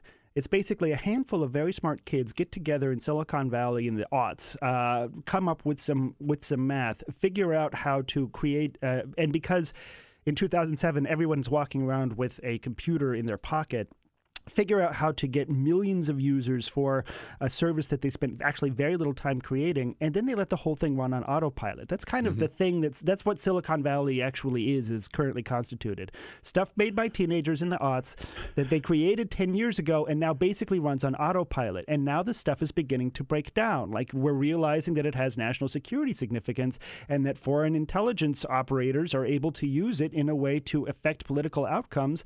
And so it's not that they would really prefer to be apolitical. In fact, they'd really prefer to just sort of not do any management at all, which is why they don't want to have too many employees, So there's this huge sort of crisis right now within Silicon Valley about what do we do about this? How do we change? They're sitting ducks for people who want to come in and take over their processes, like the Russians. But the intelligence that the Russians had, again, I find is overwhelming, that they knew where to go, what groups to target, how to target them. They spent relatively very little money to reach gazillions of people. Right. Well, that's because with ads that were sort of clever enough that you didn't know who was behind them. Yeah. Well, you have to create very little social media data for you to be an effective target for an ad campaign. That's the genius of this model that Facebook has created. Facebook in particular, but also to a certain extent Twitter. So what protections are in there to prevent that happening again? Well, Warner's got a bill out now called the Fair Ads Bill, and that's something that the Silicon Valley groups, Facebook and many others, are now throwing money to lobby against, or to affect, or to change, or to modify in a way that's better for them. But in terms of like actually standing up some sort of defense against this in the future, it really kind of lies in the cybersecurity and the intelligence community and their willingness to do something that they didn't do in 2016. But are there people in there? I mean, look, my career is in television, right? I know in every station I've ever worked on, or every network I've worked on, there are people who scrutinize ads that are come in. They don't just run put anything on the air that somebody walks in the door and hands them a tape and said, "Here's our ad and here's our money," right? Is there anybody like that in the Silicon Valley? If I just finish to ask Al Franken's famous question, when they pay in rubles, doesn't that maybe indicate where they came from? Well, that's the thing. These are machines. They're set up to be machines. You stick certain targeted ads in front of a gazillion people, and the machine runs itself. The management has been absent. That's the beauty of these things, and it's starting to come back. I think that Google takes this very seriously, and their level of involvement or blame, if you will, is actually the lowest. Facebook takes this somewhat seriously enough to lobby about it and to make public statements about things that they're going to do better, and probably and they also have a better sort of handle on their user base and how their user base interacts. They've actually been very good at getting extremist messaging off the site. Twitter's in the weeds. Yeah. Twitter's just 100% in the weeds on this, and they won't admit it. Now, we also know that this was happening. The White House was aware that this was happening during the campaign. Why didn't Obama say more about it, or should he have? Absolutely. And that's where we're at. Absolutely. Because, again, here's where we're at. July 23rd, everybody in the cybersecurity community knows that the stuff that just happened, like showed up on WikiLeaks, was stolen by the Russians. Everybody knows that. Now imagine what would happen if on July 24th, Barack Obama took to the podium and said, I've just talked to all of our intelligence heads, and this is something that I have to relay to you right now before any more news comes out. What if he had said that on July 22nd? There's only, like, all of the data about how propaganda works says one thing. You can't fight it by denying the message that's just come out. You have to predict it. You have to discredit the stolen information before it reaches the public. The intelligence community can do that. It's hugely important. So that's the only way to actually fight this. And that's not what happened in 2016. Right. People say Obama didn't do it because he didn't want to give the impression that he was siding with Hillary. Right. But it was a vital national security threat, which basically we allowed to happen without doing anything about it. It's fascinating stuff. It's scary stuff, Patrick. Damn, I wish I felt better about it, but I don't. But thank you for your excellent reporting on it and your time this morning, too. Follow Patrick, Kevin Barron, and all the other good guys over at Men and Women at defense1.com. Tax cuts. Today's the day. The House is scheduled to vote on its bill. Looks like they might have the votes. We'll find out from Aaron Lorenzo from Politico, joining us next here on the Bill Press Show. Big news day. Stay with us.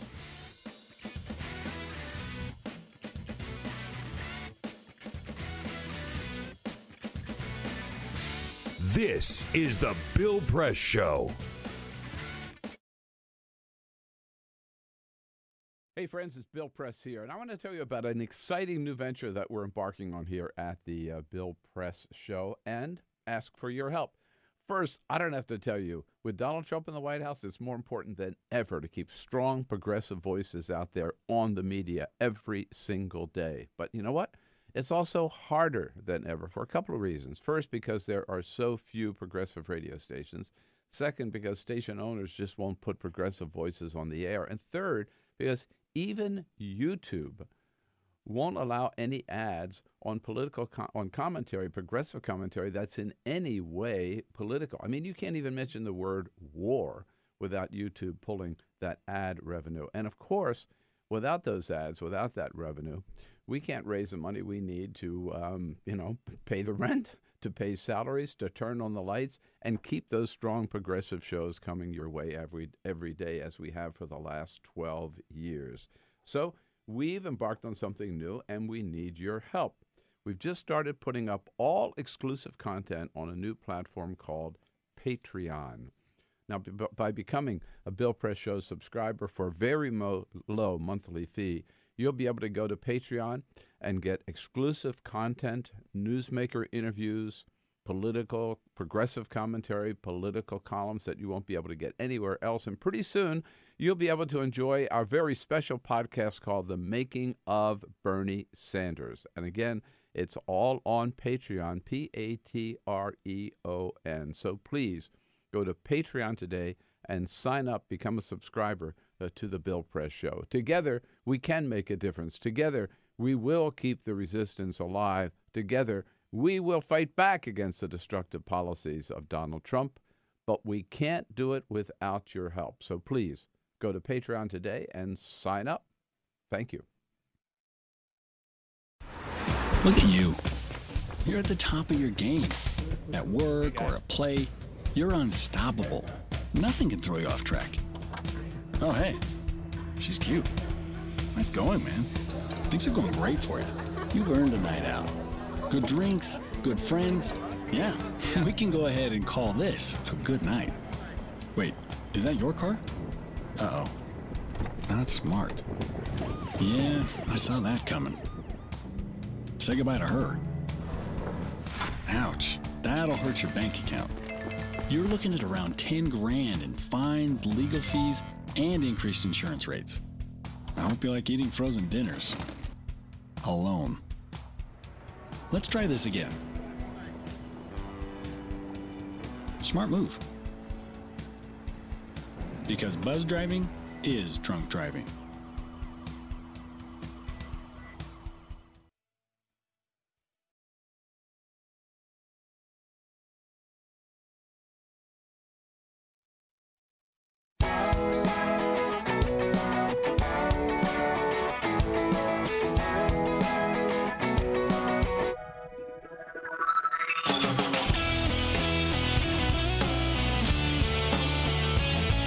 live video, Bill's commentary, the best clips from the show, all in one place. YouTube.com/The Bill Press Show.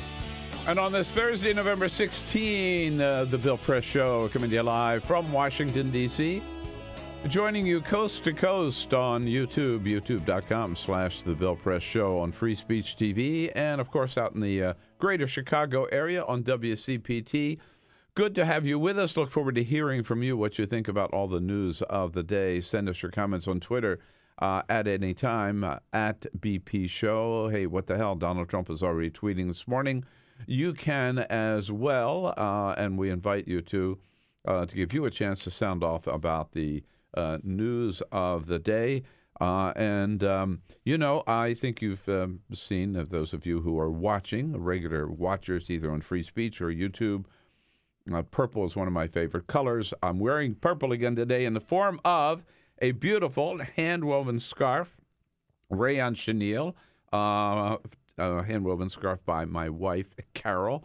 This time of the year when it gets cold, we always tell you about Carol scarves. They're either rayon chenille or bamboo. They're beautiful, lots of colors, lots of different patterns to choose from. The way to find out and get one of these for yourself or someone you love this holiday season, after all, go to our website, BillPressShow.com. Follow the link to Carol Press Scarves, and you are in business.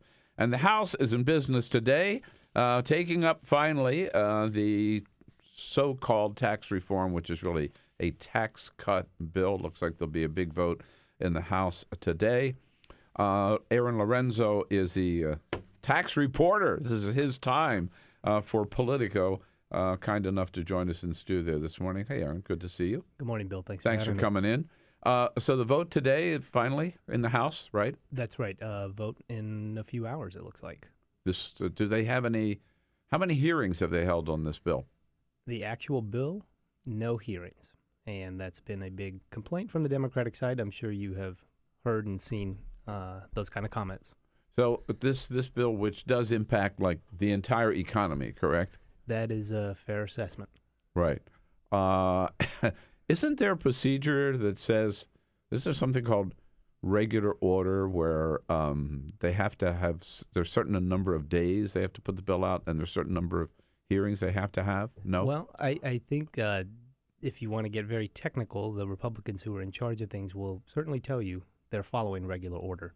They'll tell you they've had years' worth of hearings on taxes and tax reform ideas. A lot of the ideas stuffed into the bill they have considered. Yeah, at various times in various places. That's and right. Yeah, and that's true of the Senate side too. It's the same back and forth between the Democrats and the Republicans on regular order. Okay.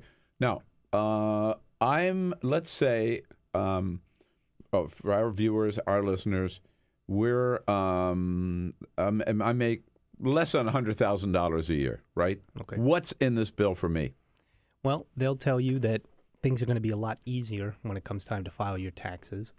And on average, you'll probably pay less in federal taxes at the end, although they can't guarantee that for every single person. They'll tell you that, but I'm asking, what's the truth? What's the reality? Well, the reality is it's different for every single person. We all have pretty different circumstances. Right. So the blanket approach, frankly, doesn't apply to everybody. Okay. But is it first of all, what do we do? We do know that the corporate tax cut corporate tax rates cut from 35 to 20, right? Right. Okay. Tax cut for people in the top 1%? Yes. Permanent? It is. It is permanent. It depends on, the how much of a cut depends on how your income is derived. Right. Whether it's a regular salary like you might get for your radio show versus investments maybe you have. So all of those things get taxed at different rates still. So what tax cuts do middle-class people tax breaks that middle-class people may now enjoy, the things that they could write off that are gone in this bill? Gone, right. So a lot of itemizing wouldn't happen going forward if this bill becomes law, partly because, or maybe in large part because, the standard deduction that most tax filers take would go almost double, not quite. So for married couples, I think it goes into around $24,000 a year. So if you write off your mortgage interest, if you live in a place with the state income tax, you usually add those things together. Right. You might add up to 15 or 20K on itemized things. You might have some medical expenses that you add in there. If your threshold, or if all those things you added up to last year or this year going forward come in below 24,000, well, maybe you come out ahead because the new standard deduction is much higher than it used to be, and you don't have to save all of that paperwork or things of that nature. They claim that it's a cleaner, simpler system, and it's going to be a lot easier on you. Right, but on the other hand, so let's for medical expenses, right? No longer deductible. That's right. Student loan, interest on student loans. Right. There's other college things too. If you're a grad student who is paid by your, let's say you're a research grad student, and you get paid a stipend by your university, and right now that stipend doesn't count as taxable income. Well, it would going forward. It would going forward. Right. How about, you mentioned a mortgage interest on your home mortgage, up to $500,000 on the House side. Now, it's different on the Senate. The Senate keeps that limit where it is right now, which is $1 million in mortgage loan. Right. The interest up to $1 million. So we don't know how that's going to play out. Right. And then the big one is what they call the soda. Is that what? Salt. Salt. That's right. Salt. I didn't know. Yeah, that's the acronym. Too much of one of those things will kill you. Exactly. I wasn't sure which one it was. So the state and local tax deduction. Right. So that mostly goes away on the House side, totally goes away on the Senate side. The House compromise is to let taxpayers continue to be able to write off their property taxes up to $10,000. Now, that doesn't apply to everyone around the country because not everyone has property taxes that are that noticeable. But there certainly are some high-cost areas with very high property taxes, states like New York, New Jersey, California. Yeah. Washington, D.C. has high property taxes. Right. And that I know. I mean, we've taken advantage of that the whole time we've been filing tax returns, right? And most people do, I believe. So what is the justification in the Senate? My understanding is that and we just talked a little bit about it. So they cut the corporate tax rate. That's a permanent cut. Now, this is going to provide so many tax breaks, they say, for the middle class, and yet those middle class tax cuts expire in 2023? It's an 8-year runway, I think, yes. 8-year runway, right. So maybe it's 25. It's either 23 or 25. It's only temporary, right? So, I mean, they really sell this as this is great for the middle class, but only temporarily. Well, it's great for the corporations and the very wealthy, permanent. Right. So that's a tough sell, it would seem to me. It is a tough sell, although yesterday they put the challenge to Democrats and said, well, you all can vote to make these permanent down the road. And that's the gamble they're taking. Right. They can make the budget math work right now for the corporate rate cut. Right. And do what they need to do for the individual cut, get people used to it, and then pressure. And then promise them that 10 years down the road, whoever's in Congress at that time will have no choice but to continue these. And you can trust politicians 10 years from now to do the right thing. That's the gamble. And they're also... Again, I find that a tough sell. They're asking you to trust the president, too.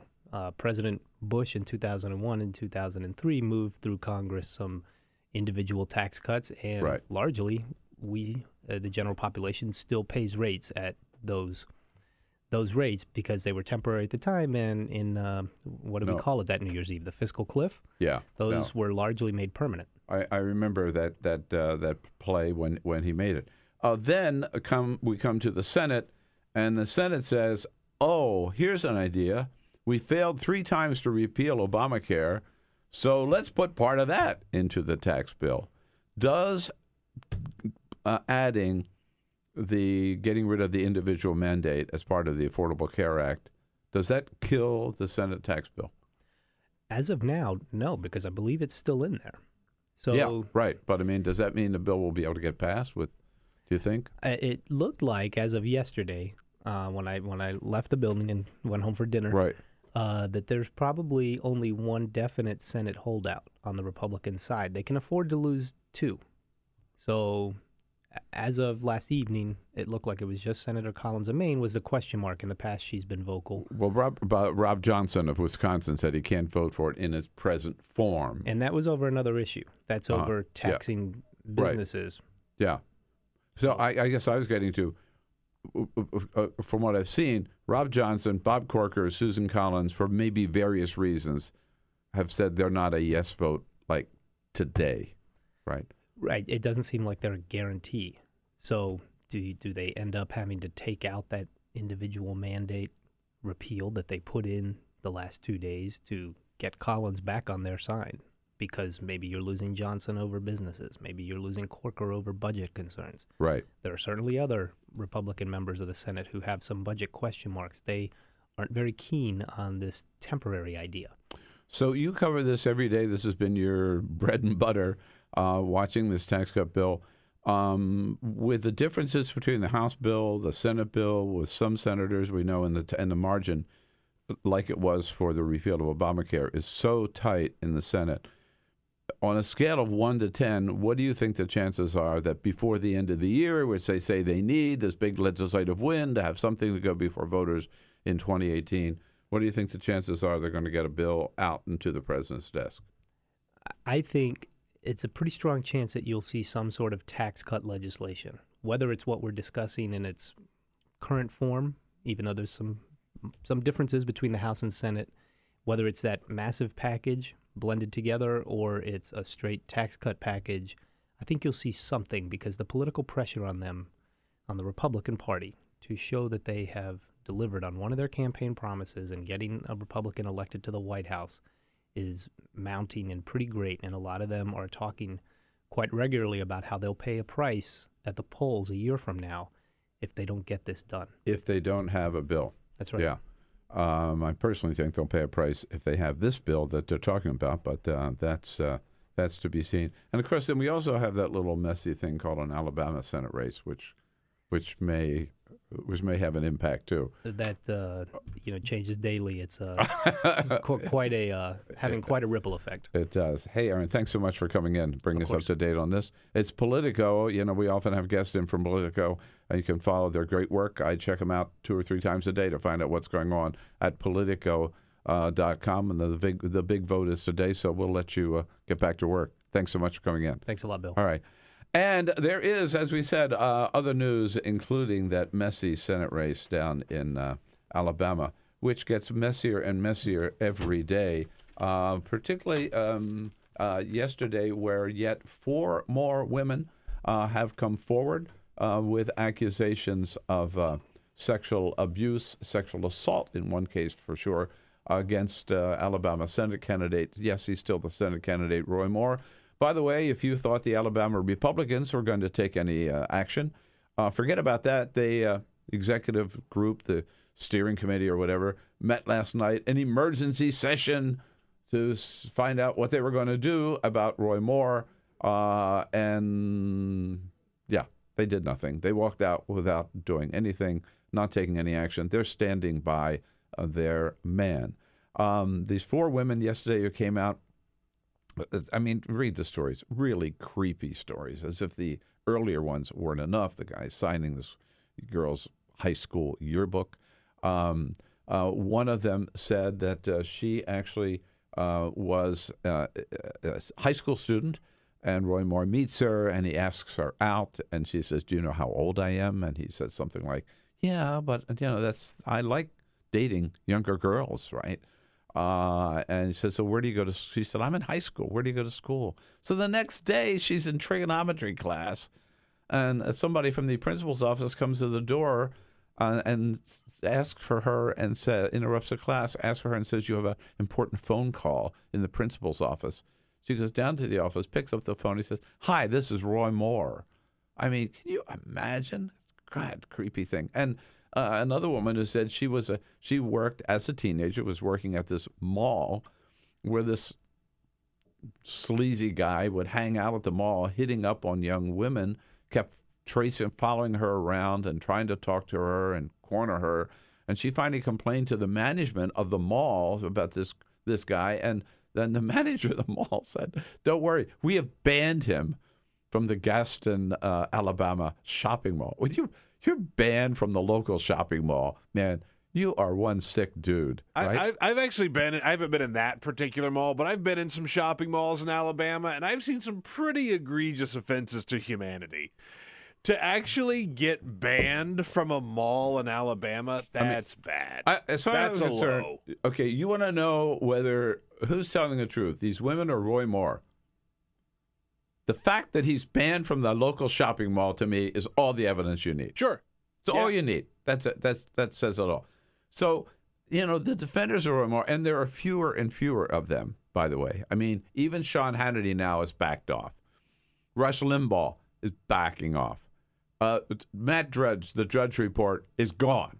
They had their headline yesterday was Judge Whore, not Judge Moore. So the only one really left is Steve Bannon. This could be the end of Steve Bannon. Really could. Because his whole thing, remember, I'm going to go out, I'm going to get non-establishment candidates, we're going to run against the establishment, and we're going to beat Mitch McConnell, we're going to drive them all out. And his first one up, obviously did a lot of vetting in this case, his first one up is Roy Moore. And he's going to go down with the ship. I mean, right now, to this point, Breitbart is forget most of people on Fox News. Still Fox and Friends, they were defending him this morning. But Breitbart's the only website out there that's really 100% in Roy Moore's corner. And then you also have, of course, the attorneys that Roy Moore is paying. They're not too bright either. One of them, the guy's name, I had it down here, is Trent Garman. Trent Garman, yes. So he was on MSNBC yesterday, and before he goes on, he's trying to find a way he can justify Roy Moore hitting on teenage girls, or worse. And so he's being interviewed by Ali Velshi and Stephanie Rule, and he says, well, Ali, you, of all people, should understand. Culturally speaking, obviously there's differences. Looked up Ali's background there, and wow, that's awesome that you have got such a diverse background. It's really cool to read through that. But point is this: what does Ali's background have to do with dating a 14-year-old? I'm not finished with the context of it. Well, please answer. What does Ali Velshi's background have to do with dating children, 14-year-old girls? Sure. In other countries, there's arrangement through parents for what we would refer to as consensual marriage. So, Ali's from Canada. I understand that. And Ali's also spent time in other countries, of which I've gone to. So it's not a bad thing. I don't know where you're going with this, Trent. So good. It's so good. Yeah. It's so good. Ali's from Canada, right? He's not from Bangladesh. I mean, God. He thinks that Ali Velshi comes from a country where there are child brides. And that's Roy Moore's lawyer defending his actions. Right. Like there's so much wrong with that clip. Right. This is the same attorney yesterday who said who went after the woman Beverly Young, forget her last name, that Gloria Allred is representing, and she's the one who has the yearbook signed by Roy Moore. Pardon me. And so he said they want to submit that yearbook to a certified handwriting expert. You know what? Bring it on, baby. Oh yeah, I'll pay for that. Right? Right now, I'll pay $1,000 to that guy to look at that yearbook. You know damn well he compares that and the New York Times has already looked at other copies of his handwriting and said, clearly it's the same guy who wrote this. I'll bet you any handwriting expert will say, yep, bingo, Roy Moore. First of all, 3 out of 4 citizens of Alabama can't write a complete sentence. So that rules out most of the population of Alabama. So we'll see if it's actually Roy Moore. Yeah, exactly. Right. And, of course, he was district attorney. Well, that doesn't mean that much either, does it? No, it doesn't. No, right. But what that means is Republicans are facing fewer and fewer options. We've talked about them before, but the more time that goes by, the fewer options they have. Right now, I think there are maybe three of them. One is that they delay the election and then run a write-in campaign, which, of course, raises the question about who the hell do they run a write-in campaign for? Luther Strange? Nah, he wouldn't win. Jeff Sessions? Maybe he could, which means he has to resign as Attorney General. God, who would we get in his place? God forbid. But even with Jeff Sessions, I'm not sure now that all this stuff has come out. And one thing for sure that a write-in campaign would do, it would split the Republican vote, because they're probably, Peter, 25% at minimum of Alabama Republicans who are going to vote for Roy Moore. It doesn't matter who's running. No matter what happens, right. He's going to get some. So it'll split the Republican vote, which means it makes it more likely that Doug Jones could win, which would be great as far as I'm concerned. They can do that, or they can just sort of let it roll and see what happens, roll the dice, and hope that Doug Jones, this is Republicans hoping that Doug Jones doesn't win. Or the third option is, okay, he wins, and then he comes to Washington. He takes his seat, but they immediately file a complaint in the Ethics Committee, and then they eject him the first time in 155 or 165 years that they would actually throw a senator out of the Senate and say he is unfit to hold his seat. They certainly do not want to go into 2018 with a pervert among their ranks and try to defend him. Those are the only options facing Republicans, I guess. In the meantime, Doug Jones is looking stronger and stronger. This is very significant. The National Republican Senate Campaign Committee. Okay, this is a committee whose job it is to reelect or Republican senators or elect other Republicans to take the place of Democrats. They conducted a poll after the first 5 women came out. They released this poll. They've cut their ties with Roy Moore. They brought the people who were working in Alabama on behalf of the National Republican Senate Campaign Committee. There were a dozen of them or so down there helping Roy Moore. They brought them back to Washington and said, get out of Alabama. We're not doing anything more to help Roy Moore. They did take a poll, and they released, this is a Republican committee that released this poll yesterday. And the poll shows Doug Jones, Democrat, ahead of Roy Moore by 12 points. That's a much broader margin than we've seen in any other poll. But again, this is a Republican Senate Campaign Committee poll, 51 to 39. At this point, there's only one person who could maybe save this mess for the Republicans, and that's Donald Trump. And so far, he has been totally silent on this, refused to answer any question. He ducked it yesterday at the White House. He ducked it when he was in Asia, saying, I'm not going to do anything about, I've been in Asia while all this is happening, so I'll deal with that and when I get home, right? Okay, he's home. Now, nothing, and you know why. We all know why he can't talk about it, because he's another Roy Moore. He is the serial sexual predator of all time, and he's president of the United States. And if he starts attacking Roy Moore and saying what Roy Moore did is wrong, the Access Hollywood tapes are going to come back and bite him in the ass. So Donald Trump, he could ask the governor to delay the election.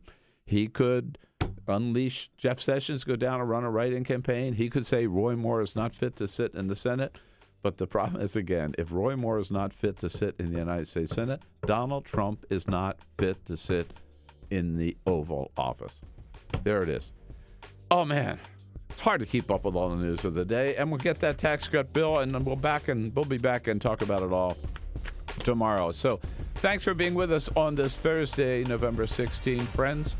Have a great Thursday. Make the most of it, and then come on back and see us again tomorrow morning. This is the Bill Press Show.